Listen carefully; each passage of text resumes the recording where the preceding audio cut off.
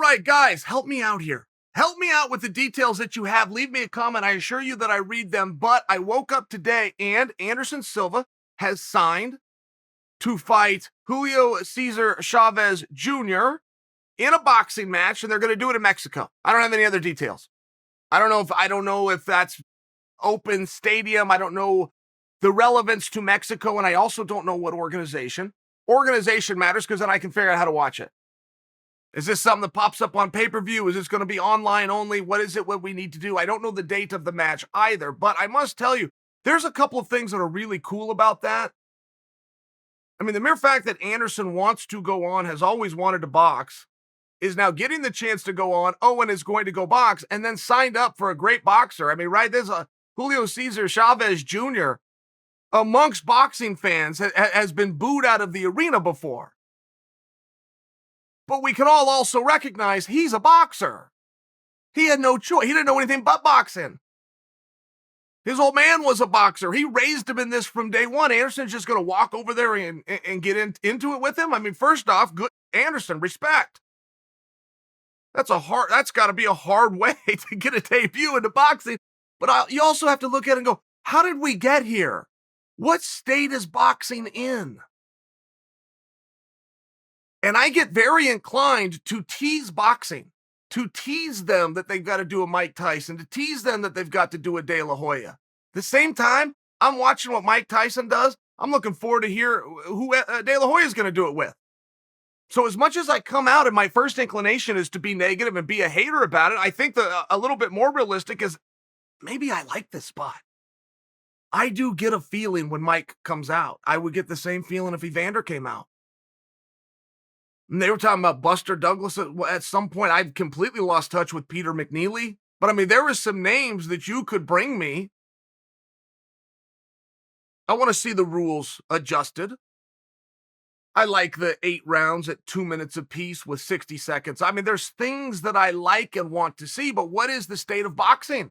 Am I that starved for boxing? And if I am, and the answer appears to be yes, I don't think that's on me. That's got to be on the leadership of boxing, that they haven't brought me anything better. I don't have a better choice or suggestion right now than to watch Oscar De La Hoya's fight coming up. I don't have a better substitute to fill in for Mike Tyson's next return.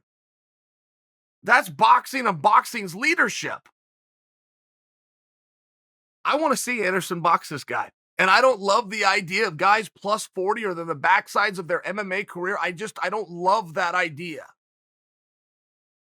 I watched and supported Pat Militich's last fight, but after I watched the fight, okay, but we're done here, right?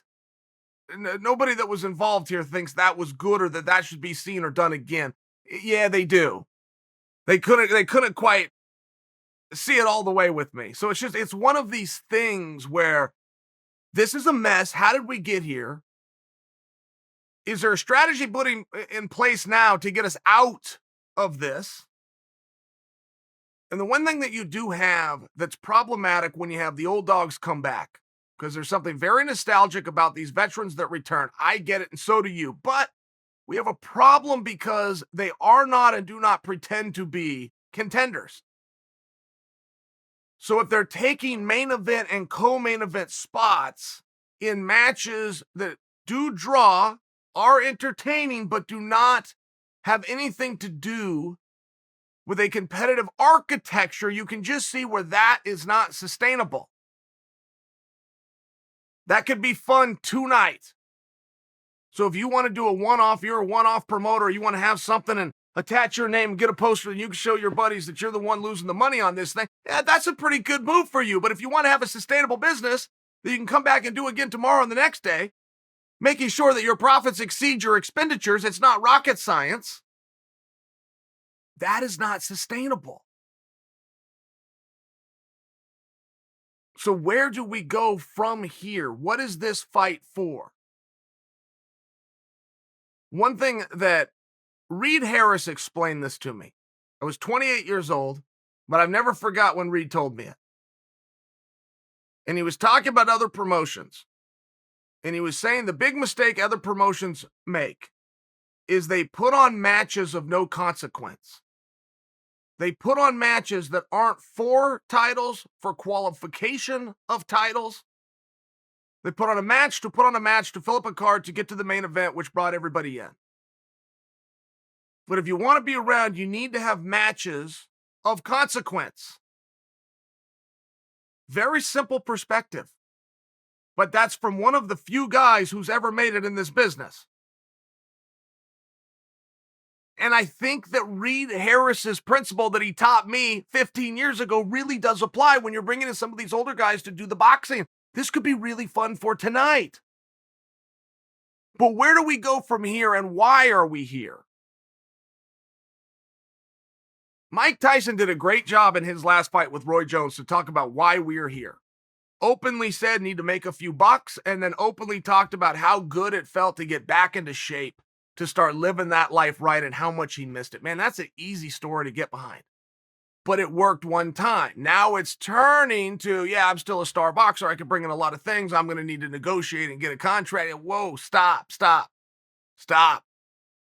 You're changing the narrative. We, the audience, came along this journey for one set of reasons. If you try to change that set of reasons, we're going to change our participation too.